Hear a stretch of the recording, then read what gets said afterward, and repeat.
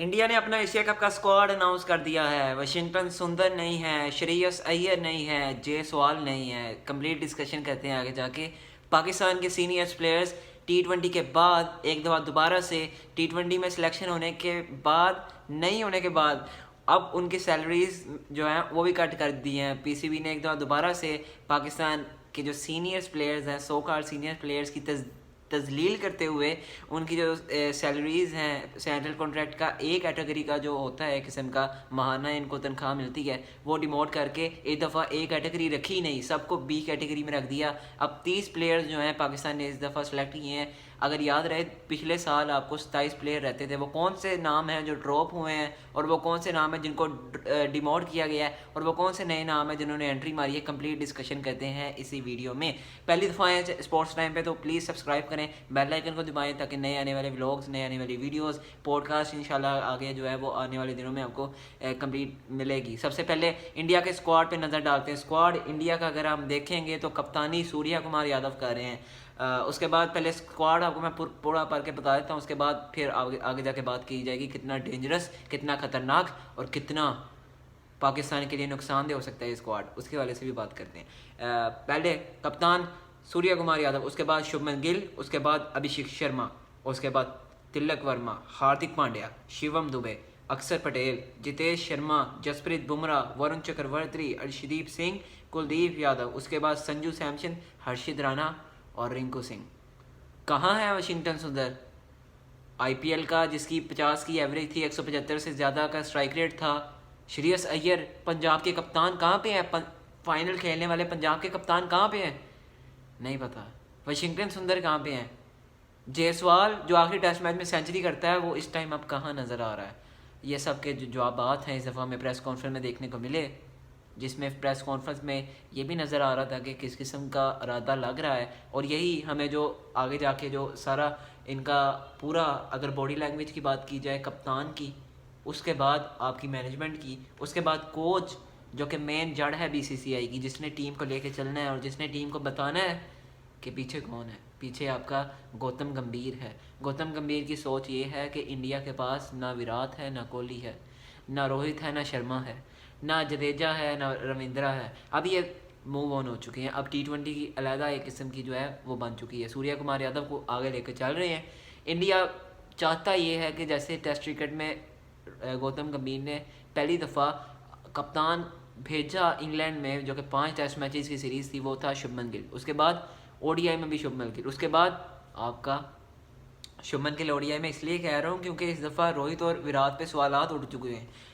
ऐसा रवैया रखा जा रहा है उनके साथ एक अजनबी किस्म का कि आप एक वो वाली जो एक कौन सी इनकी एक है पता नहीं, हाथा जंग के पता नहीं इस किस्म की उनकी एक लीग है, वो आप खेलेंगे तो आपको कंसीडर किया जाएगा। आपकी फ़िटनेस के ऊपर, आपके जो कि फॉर्म होगी, आपकी परफॉर्मेंस होगी, उसके बेस के ऊपर आपको सेलेक्ट किया जाएगा। मगर इस टाइम अगर देखा जाए शुभमन गिल को बहुत ज़्यादा बैक कर रहे हैं। शुभमन गिल इस टाइम की प्लेयर की का रोल अदा कर रहे हैं इस टाइम इंडिया में। और जिस तरह उनका हाथ है किस्म, उनके ऊपर किसका हाथ है? गौतम गंभीर का हाथ है यार। उसके कोच हैं, बीसीसीआई को भी डील कर रहे हैं, सिलेक्शन कमेटी के भी मेन मेंबर हैं, और उसके बाद इंडियन टीम के कोच हैं। फर्स्ट प्रायोरिटी कोचिंग होती है और कोचिंग में उन्होंने कुछ ना कुछ करना है। तो टेस्ट में पहली दफ़ा आपको शुभमन गिल जाता हुआ दिखा। विराट ने रिटायरमेंट ले लिया, रोहित को रिटायरमेंट लेने का कह दिया, हम आपको कंसीडर नहीं करने। अगर आपने रिटायरमेंट लेनी है तो आप रिटायरमेंट ले सकते हैं, वरना कोई बात नहीं, अगर आपने लेनी होगी तो ले लेंगे। वो दिल बर्दाश्त हो कि विराट ने रिटायरमेंट दे दी, वहाँ पे रोहित शर्मा ने रिटायरमेंट दे दी। उसके बाद अब आपको शुभमन गिल ही इंडिया की टीम में नज़र आती हैं। The key player, the impact player and the dangerous player and the इस एरा के जो फैब फोर का अगर आप बताएं तो इंग्लैंड की तरफ से हैरी ब्रूक लगता है, श्रीलंका की तरफ से कमिंडो मैंडिस लगता है। अगर आप ऑस्ट्रेलिया की तरफ से देखेंगे तो ऑस्ट्रेलिया की तरफ से जेक फ्रेचर मैकगर्क लगता है। इसी तरह आप पाकिस्तान की तरफ देखेंगे हसन नवाज़ लगता है, साइम अयूब लगते हैं। तो मेरे ख्याल से इंडिया की तरफ से देखेंगे तो अभिषेक शर्मा भी हैं, उनकी तो बात ही अलग है। जयसवाल भी हैं उसी लिस्ट में, आपकी जो है इसी दौर में लगे बैठे हैं। मगर अब बात करेंगे इंडिया की साइड की।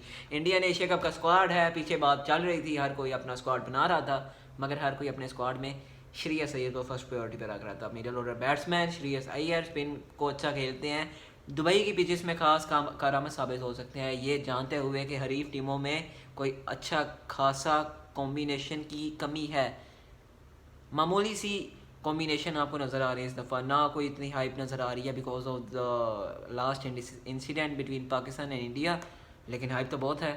उसके बाद इंडिया ने अपना स्क्वाड अनाउंस किया और स्क्वाड अनाउंस करते हुए मुंबई में आज ये बैठक हुई। बैठक के बाद कहते थे बारिश हो रही थी, बारिश के बाद ये जब स्क्वाड पढ़ाया जाता है उसके बाद सहाफ़ी पूछते हैं कि बाइकआउट की बात हो रही थी, उसके बाद उनको चुप कराया जाता है कि भाई चुप कर जाए, अभी इस टाइम जो है सिलेक्शन हुई है, सिलेक्शन को अनाउंस किया गया है, कप्तान आए हैं और साथ में आपके सिलेक्शन कमेटी के मेंबर आए हैं।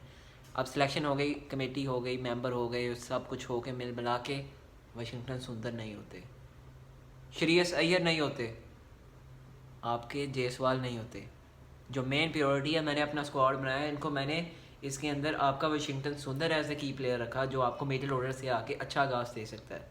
उसके बाद मैंने अपना श्रेयस अय्यर को मेन प्लेयर, इम्पैक्ट प्लेयर के तौर पे रखा। यार करंट फॉर्म है, अगला जो है इतनी ज़्यादा ट्रॉफी जीत चुका है, पिछला IPL जीता, इस दफ़ा भी उसके 650 से ज़्यादा, 750 रन हैं, लेकिन क्यों उसे इंडियन टीम पिक नहीं करती। मगर आप इस पे ही ना रहें पाकिस्तान वालों, ओमान वालों, UAE वालों, उसके बाद UAE वालों को ख़ास तौर पे, पाकिस्तान वालों को ख़ास तौर पे, ये जो स्क्वाड है ना तमाम टीमों के लिए एक बहुत ज़्यादा नुकसानदेह और थ्रेट साबित हो सकता है। कैसे? उनके पास सूर्या कुमार यादव कप्तान है, खुद कप्तानी करेंगे, शुभमन गिल आ चुके हैं और शुभमन गिल की क्लैरिटी इस सूरत आपको दिख सकती है कि ओपनिंग में सिलेक्शन कमेटी ने बता दिया गिल आपको इस दफ़ा आपको ओपनिंग करते हुए दिखेंगे और गिल आपको एक प्रॉपर मेंबर, एक प्रॉपर एक परमानेंट पार्ट है इंडियन साइड का, जिसमें आपको उनके ऊपर हाथ है गौतम गंभीर का। मैं फिर आपको रिपीट किया, जिसकी वजह से उनको एज अ सीनियर प्लेयर और एज अ जब भी आपको एक टूर्नामेंट में पता होगा कि अब सारी टीमें आएंगी तो ऊपर वाले नंबरों पे शुभमन गिल का नाम टॉप ऑफ द लिस्ट में होगा। अब क्या होगा? अब ये तो चले गए, इंडिया का सिस्टम इसलिए मैं रैंक करता हूँ कि उनके पास प्लेयरों की कमी नहीं है, उनके पास टैलेंट की कमी नहीं है, उनका जितना डिपार्टमेंट है अपनी कुर्सी के साथ इंसाफ करता है, वो अपने मयार के मुताबिक काम करते हैं। और हमारा मयार डिज़ास्टर हुआ पड़ा पाकिस्तान क्रिकेट बोर्ड का सिस्टम। अभी आप इनका स्क्वाड देखें, शुभमन गिल हैं, अभिषेक शर्मा है, तिलक वर्मा है, हार्दिक पांड्या सीनियर प्लेयर का किरदार अदा करेंगे, जसप्रीत बुमराह सीनियर प्लेयर का किरदार अदा करेंगे, कुलदीप यादव भी हैं, आपके जितेश शर्मा भी है, वरुण चक्रवर्ती भी हैं। दो प्रॉपर किस्म के एक फुल स्ट्रेंथ किस्म के आपके पास टीम नज़र आ रही है। स्पिन डिपार्टमेंट देख लिया जाए, वरुण चक्रवर्ती, कुलदीप यादव नज़र आ रहे हैं। और अब अगर बैटिंग ऑर्डर देख लिया जाए, सूर्या कुमार यादव कप्तानी करेंगे, लीड करेंगे इस टीम को, शुभमन गिल होंगे वाइस कैप्टनसी के तौर में, हार्दिक पांड्या दोबारा से इसी उम्मीद में थे कि मुझे जो है as a senior player vice captain दी जाएगी, मैं उसमें अपना अच्छा इंपैक्ट जो है अपने जो डिसीजंस हैं वो मैं दूंगा टीम को। लेकिन फिर जो गौतम गंभीर ने उनको एक दो दोबारा से डिसअपॉइंट किया और ये बताया कि यार शुभमन गिल को मैं आगे लेके जाना चाहता हूँ, मेरा भी एक प्लान है, मैं प्लान के तहत आया हूँ, आपके साथ थोड़ा सा मैं कंप्रोमाइज़ करूँगा। उसके बाद आपको देखने को मिलता है हार्दिक पांड्या जो हैं वो थोड़े से हमें जो है वो चुप चुप से दिखाई देते हैं और थोड़े बुझे बुझे दिखाई देते हैं। इसके बाद इंडिया की प्लेइंग 11 की अगर बात कर ली जाए, इंडिया की जो फर्स्ट प्लेइंग 11 है उसके ऊपर हम आते हैं। इंडिया के पास टैलेंट की ना कमी है, ना उनके पास किसी और चीज़ की कमी है तो वो सिर्फ पाकिस्तान में है। और पाकिस्तान में कमी किसकी है? पाकिस्तान में नाअहल तबके जो बैठे हैं, नालायक लोग बैठे हैं, जिनको क्रिकेट का कोई सरोकार भी नहीं है और अभी भी वो उनकी जो चीज़ है आगे जाके बताता हूँ, सेंट्रल कॉर्नर जो है वो आपने कर दिया गया। अब बात कर लेते हैं इंडिया की प्लेइंग 11 के वाले से। प्लेइंग 11 में अगर हम देखा जाए तो क्या क्या होगा। टॉप ऑर्डर की बात कर ली जाए, अभिषेक शर्मा, शुभमन गिल और तिलक वर्मा होंगे, 3 पे आपका टॉप ऑर्डर कंप्लीट। कौन? आपका अभिषेक शर्मा, शुभमन गिल, तिलक वर्मा, ये 3 प्लेयर आपके डेंजरस हैं। मिडिल ऑर्डर की बात कर ली जाए, आगाज़ करेंगे कप्तान लीड करते हुए सूर्या कुमार यादव, चौथे नंबर पे आएंगे जितेश शर्मा, 5वें नंबर पे as a wicket keeper batsman middle order का काम और ओहदा संभालेंगे। Hardik Pandya as a senior player 6ठे नंबर पे आएंगे, 7वें नंबर पे अक्षर पटेल। उसके बाद 8वें नंबर से आपका लोअर ऑर्डर स्टार्ट होता है तो फिर आपका होता है हर्षित राणा 8वें नंबर पे। 9वें नंबर पे जसप्रीत 9वें नंबर पे आपका एक प्रॉपर स्पिनर कुलदीप यादव। अक्षर पटेल के साथ आपको जो है कुलदीप यादव जो है एक आपको प्रॉपर जो ऑलराउंडर स्पिनर है और एक आपको एक प्रॉपर स्पिनर कुलदीप यादव आपको 9वें नंबर पे नजर आता है। फिर जसप्रीत बुमराह, एक वरुण चक्रवर्ती और 2 स्पिनर्स के साथ जाना चाह रहा है और साथ में आपका एक अक्षर होगा। तो मेरे ख्याल से इंडिया का एक फुल स्ट्रेंथ और डेंजरस किस्म का स्क्वाड है और इसकी प्लेइंग 11 आपके सामने है। टॉप ऑर्डर देख लिया जाए, कमाल है, अभिषेक है, शुभमन है, तिलक है। फिर नीचे आ जाए, मिडिल ऑर्डर देख लिया जाए, कप्तान को लीड करेंगे, उसके बाद आपको जितेश शर्मा पे आप जा सकते हैं, उसके बाद हार्दिक पांड्या आए, उसके बाद आप अक्षर पटेल जो ऑलराउंडर है आपके पास, फिर एक हर्षित होगा, एक आपके पास बुमराह होगा, एक आपके पास अर्शदीप के ऊपर भी जा सकते हैं, लेकिन उन्होंने इस दफ़ा हर्षित को रखा है। अब वरुण चक्रवर्ती और आपके कौन होंगे, कुलदीप यादव होंगे। तो ये इंडिया का डेंजरस किस्म का स्क्वाड। आपकी क्या राय है कमेंट सेक्शन बॉक्स में बताइएगा। अब बात कर लेते हैं पाकिस्तान के senior players, most awaited topic of this session. Babar और रिजवान को ड्रॉप कर दिया गया। T20 सिलेक्शन कमेटी में पूरा दिन एजेंडा बनाया गया। इस टाइम तनवीर अहमद साहब हो गए, उसके राशिद लतीफ़ साहब हो गए, डॉक्टर नुमान नियाज साहब हो गए, उसके बाद जितने भी आपके कुछ एक्स क्रिकेटर्स जो हैं वो इसी दौर में है कि कुछ व्यूज़ आ जाएँ, और उनको व्यूज़ आ भी रहे हैं। इस टाइम जहाँ पे पाकिस्तान ने अपनी सिलेक्शन अनाउंस की, उसके बाद आपको देखने को मिलता है बाबर आजम के इतनी ज़्यादा लोग सपोर्ट करते हैं, इतना ज़्यादा लोग हंगामा करते हैं, और उसके सोशल मीडिया पर ट्रेंड चलाए जाते हैं। PR जो है वो बहुत ज़्यादा एक्टिव हो जाती है। उसके बाद क्या देखने को मिलता है, PCB और गुस्से होता है, डिमोट कर देता है।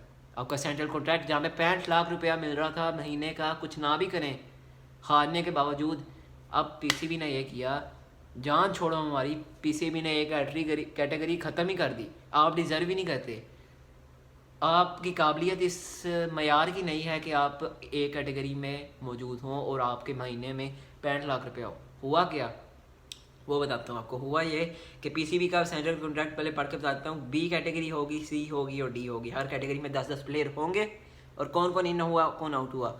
सबसे पहले अबरार अहमद B कैटेगरी का पार्ट होंगे। बाबर आजम, फ़खर जमान, हारिस रऊफ़, हसन अली, मोहम्मद रिजवान, साइम अयूब, सलमान अली आगा कप्तान हैं जो T20 के। उसके बाद शादाब खान और शाहीन शाह अफरीदी, ये आपके जो हैं वो पार्ट होंगे। और अब इनको कितने पैसे मिलेंगे, इनको 45 लाख रुपया मिलेगा। पहले A कैटेगरी वाले प्लेयर्स कौन थे, जिसमें आपके बाबर, नसीम और शाहीन और रिजवान, ये 4 प्लेयर आपके A कैटेगरी में थे, इनको 65 लाख रुपया मिलता था। क्या परफॉर्मेंस थी। आप अपने घर में टेस्ट मैचेस हारे हैं बांग्लादेश से, T20 वर्ल्ड कप में जाके आप USA की टीम से हार रहे हैं, आप क्या कर रहे हैं। और 119 रन जो हैं बनाए थे इंडिया की टीम ने, और आपसे 120 रन चेज नहीं हुए, ये आप 65 लाख रुपया ले रहे हैं। उसके बाद आ जाएँ फिर चैम्पियंस ट्रॉफ़ी आप हारे। चैम्पियंस ट्रॉफ़ी में कप्तानी आपके मोहम्मद रिजवान साहब की थी, बैट्समैन आपके प्रॉपर किस्म के king, world class. Babar Azam से रन नहीं बनते, जब इनसे मांगा जाता है कि दें, अब अभी वक्त है, अभी हमें परफॉर्मेंसेस चाहिए, उस टाइम डगआउट में जाके आराम से अपनी जो दूसरी ट्रेनिंग किट में बैठ के एक तौलिया ले लेते हैं। उसके बाद पता नहीं नहाते भी हैं कि नहीं, फिर आपको 65 लाख रुपया कैसे मिल सकता है। जनाब आप डिज़र्व नहीं करते इस सौदे को, इस कैटेगरी को। इस कैटेगरी को कोई भी बंदा जो है हमें डिज़र्व करता हुआ नज़र नहीं आता। फिर कौन डिज़र्व करता है, कोई भी नहीं करता। कैटेगरी ख़त्म कर दी, बात सिरे से ही ख़त्म कर दी। उसके बाद C कैटेगरी की बात कर ली जाए, A कैटेगरी वाले 65 लाख लेते थे। C कैटेगरी की बात कर ली जाए, B कैटेगरी की, अब इसमें भी C कैटेगरी की अब्दुल्ला शफीक, फ़हीम, अशरफ, हसन नवाज़ कम बैक कर रहे हैं, मोहम्मद हारिस कम बैक कर रहे हैं, नसीम शाह हैं जो कि डिमोट हुए हैं A कैटेगरी से, B में भी नहीं आए, C में ही आ गए। फिर नौमान अली होंगे, साजिद खान होंगे, हमारे टेस्ट के जो स्पिनर्स हैं, साहिब ज़्यादा, फरहान होंगे, और साथ में सऊद शकील होंगे। अब D कैटेगरी की बात कर ली जाए, अब्बास अफरीदी, अहमद दानियाल कम बैक किया, डेब्यू किया, कमाल किस्म का एक स्पेल हमें देखने को मिलता है इनको बांग्लादेश सीरीज़ में। फिर आपके पास खुरम शहजाद टेस्ट में बेहतरीन पाकिस्तान के पास, मोहम्मद अब्बास टेस्ट में बेहतरीन आपके पास बॉलर हैं, खुदिल शाह होंगे, मोहम्मद वसीम जूनियर होंगे, सलमान मिर्ज़ा होंगे, शान मसूद और सुफियान मुकीम, ये आपके नाम है। और उसके बाद जिनको नहीं रखा गया उसमें आमिर जमाल है। क्या आपका सिस्टम है, मुझे नहीं पता लगता कि ऑस्ट्रेलिया में जाके बंदा आंखों में आंखें डाल के मिचेल स्टार्क हो, पैट कमिंस हो, जो सैदलवुड हो, उनका कौन सा स्पिनर है। आपने देखा कि किस तरह उसने चढ़ के खेला। नेथन लियोन को उसने एज अ स्पिनर, उनका जो एक मेन और प्रॉपर स्पिनर है, उसको किस तरह से उसने जो है डोमिनेट किया, ऑस्ट्रेलिया को डोमिनेट किया। जब पाकिस्तान को टेल की ज़रूरत थी, टेल में उसने एज अ ऑलराउंडर प्लेयर जो है वो उसने रन करके दी और ये बताया कि मैं अभी मौजूद हूँ। आमिर जमाल वो है जो पाकिस्तान के लिए अंता कोशिश करता है, डोमेस्टिक में रगड़ा खा के इस टीम का हिस्सा बनता है, और उसे ही टीम जो है 1-2 साल के बाद अपने प्लान से निकाल देती है। इस दफ़ा डोमिनेट करते हुए दिखे। हसीबुल्ला दोबारा से आपको जो है वो डिसअपॉइंट होते हुए दिखते हैं। इंग्लैंड जाते हैं, इंग्लैंड का रुख तैयार करते हैं, दोबारा से उनको बताया जाता है नहीं आपको रखा जाएगा, फिर उनको निकाल दिया। इरफान खान न्याजी को नहीं रखा गया, मगर इस टाइम टॉप एंड सीरीज़ में कप्तानी कर रहे हैं। उसके बाद कामरान गुलाम नहीं रखा गया, उसके बाद मीर हमज़ा को नहीं रखा गया, मोहम्मद अली को नहीं रखा गया, जो आपके इस टाइम जो थे। आप कामरान गुलाम के साथ देख लें टेस्ट क्रिकेट में आपका कितना ज़्यादा प्लान था, कहाँ गया। सऊद शकील एक जैसे प्लेयर थे, उनको रखा गया है, मगर मोहम्मद हुरैरा डिज़र्व करते थे यार, मोहम्मद हुरैरा को क्यों निकाला। लेकिन 300 रन मारे थे उसने, मुझे याद है उसकी नॉक जो आपके नॉर्दर्न जो डोमेस्टिक टूर्नामेंट चल रहा था उस टाइम, कायदान ट्रॉफी को उसने मारे आपके पास यार एक टेक्निकली साउंड प्लेयर है, आपने प्लेयर कब बनाना है? जब ऐसी मैं देखता हूँ कि आप जहाँ पे सब कुछ सही चल रहा है वहाँ पे सब कुछ गलत चल रहा है, आप आमिर जमाल को क्या निकालने का तुक बनता है? मोहम्मद हुरैरा को निकालने का क्या तुक बनना, जबकि आपके प्लान में शामिल था। अभी आप डेब्यू करा रहे थे इसका। बाबर साहब कह रहे थे ना, इनका एक मशहूर हुआ था, इस टेस्ट कैप की जो अहमियत है वो बहुत अहम है। तो माजरत के साथ आप क्या कर रहे हैं? ये ऐसे स्ट्रक्चर चलते हैं, ऐसे प्लेयर्स को बनाया जाता है। मोहम्मद हुरैरा को भी आपने डेब्यू कराया और उसके बाद आपने उसके मौके नहीं दिए, अगला बेंच करता रहा, डिसअपॉइंट हो गए, उससे परफॉर्मेंस नहीं, और परफॉर्मेंस जब नहीं होती आप उसे अपने प्लान को ज़ाया कर देते हैं, उसको प्लान ही नहीं समझते। और आपका प्लान क्या है मेरी समझ से बारातर है। अब बात कर लेते हैं पाकिस्तान के जो कामरान गुलाम के। साउथ अफ्रीका में जाकर डोमिनेट करता है, ऑस्ट्रेलिया में अच्छी फॉर्म दिखाता है, मगर जब पाकिस्तान में जब चैंपियंस ट्रॉफी आती है जहाँ में बाबर रिजवान नहीं कर रहे, इन्होंने भी नहीं कुछ किया, तो फिर क्या हुआ? वो तो अभी भी ओडिया स्क्वाड में आपने इनको निकाल दिया। इनकी कोई सिफारिश नहीं करता, इनका कोई अच्छा पीआर नहीं है, या इनकी कोई अच्छी फ़ैन बेस नहीं है, या इनके पीछे कोई बड़ा हाथ नहीं है। खुदारा यार आप खुदा का खौफ करें, पाकिस्तान क्रिकेट के साथ इंसाफ करें।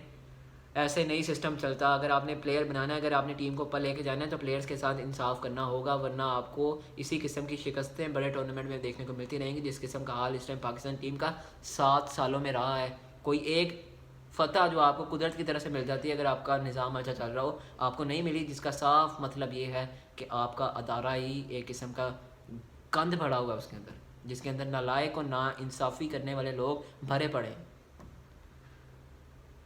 उस्मान खान जो कि यार भाई आप इधर क्यों आए थे? आपको पता था कि आप सिर्फ पाकिस्तान की रिस्पेक्ट में आप आए थे। मैं समझ सकता हूँ आपके जज्बात एहसास, मगर आपको देखना चाहिए था कि दुबई में आपने इतना अच्छा प्रोसेस लाया, आप उनको अच्छे लगे थे, आप जा ही रहे थे, एकदम से आप T20 वर्ल्ड कप में आ गए, आपसे परफॉर्मेंस नहीं हुई, इन्होंने आपको उठा के बाहर मारा। ये एक किस्म का जो है जो आपको देखने को मिलता है। उसके बाद डिमोशन की बात कर ली जाए तो वो प्रमोशन की बात कर ली जाए, और नॉट कॉन्ट्रैक्टेड लास्ट सीज़न उनकी बात कर ली जाए, और लास्ट सीज़न में कोई नहीं था, फ़खर जमान नहीं थे, हसन अली नहीं थे, फिर आपके फ़हीम अशरफ नहीं थे, हसन नवाज़ नहीं थे, मोहम्मद नवाज़ नहीं थे, वो वापसी मारते, साहिबजादा फ़रहान नहीं थे, फिर आपके डी कैटेगरी में अहमद दानियाल नहीं थे, हुसैन तलत नहीं थे, खुशदिल शाह नहीं थे, मोहम्मद अब्बास जो कि आपके टेस्ट के फास्ट बॉलर हैं वो नहीं थे, सलमान मिर्ज़ा और सुफियान मुकीम नहीं थे। इनको अब दोबारा से पाकिस्तान ने 30 का पूल बनाया, जिसमें बी कैटेगरी और सी कैटेगरी और डी कैटेगरी बनाई गई है। ए कैटेगरी को पाकिस्तान के प्लेयर डिज़र्व नहीं करते, जिसके चलते इनको जो है बी कैटेगरी से शुरू करके डी कैटेगरी अब तक इख्तिताम कर दिया गया। तो ये पाकिस्तान की सूरत हाल है। उम्मीद करते हैं पाकिस्तान की आवाम भी समझे, पाकिस्तान की कौम भी समझे कि हमें यंगस्टर्स को मौका देना चाहिए, और इसी तरह से यंगस्टर बनेंगे। अगर आपने अटैकिंग क्रिकेट देखनी होती है तो प्लीज़ आप ऑस्ट्रेलिया साउथ अफ्रीका की सीरीज़ इस टाइम अभी चली है, पिछले हफ्ते को इख्तिताम हुआ उसका, जिसमें ऑस्ट्रेलिया ने 2 से अपने नाम की। तो वहाँ पे जाकर देखिए क्रिकेट किस मेयार की चल रही है, और हम किस सोच में बैठे हैं, हम किस बोल में बैठे हैं, और हमें अपनी सोच बदलने की किस कदर ज़रूरत है, अशद ज़रूरत है। और उसके बाद पाकिस्तान क्रिकेट टीम को भी अल्लाह हिदायत दे, पाकिस्तान क्रिकेट बोर्ड को भी अल्लाह हिदायत दे, और उनको कोई उनसे कोई सही काम ले लें। आप जिनको डिमोट कर रहे हैं सेंट्रल कॉन्ट्रैक्ट की ए कैटेगरी में, उनकी परफॉर्मेंसेज भी देखिए, उनका डोमेस्टिक में रगड़ा भी देखिए, उनकी टेक्निकली साउंड प्लेयर हैं यार, वो आपने मौका देना था, उनको नहीं दिया गया, उनसे भी नहीं परफॉर्म हुआ। जैसे आपके बाबर रिजवान से नहीं परफॉर्म हुआ, उनकी पीआर नहीं है, कोई उनका सिफारिश करने वाला नहीं है। कोई बात नहीं, आपने आज है कल नहीं है, हम आज ही बैठे, हम आपकी अकाउंटेबिलिटी करते रहेंगे। ये ऐसे सिस्टम नहीं चलता। बहरहाल ये थी आज की वीडियो, पसंद आई है तो प्लीज़ आप शेयर कर सकते हैं अपने दोस्तों के साथ, इस प्लेटफॉर्म को सब्सक्राइब कर सकते हैं और बेल आइकन को दबा सकते हैं ताकि नई आने वाली वीडियोज़। अच्छा, आपको मैंने बताया नहीं कि इसकी जो डी कैटेगरी और सी कैटेगरी की, आपको मैंने पहले बता दूँ, बी कैटेगरी की क्या प्राइस है 45 लाख, उसके बाद सी कैटेगरी की 20 लाख, उसके बाद डी कैटेगरी की 13.5 लाख रुपये, पौने 13 लाख कह सकते हैं, 12,75,000 रुपया इनको जो है इनको मिलेगा, प्लस 3% जो है आपका ICC का शेयर है, जिसके चलते आपको ये इनके महीनों में रन्स करें ना करें, खेलें ना खेलें, इनके अकाउंट में पैसे आ जाएंगे। उम्मीद करता हूँ वीडियो पसंद आई अपने दोस्तों के साथ में शेयर कीजिएगा, दीजिए मैसेज को ज़्यादा, स्पोर्ट्स टाइम को देखते रहिए। अल्लाह हाफ़िज़।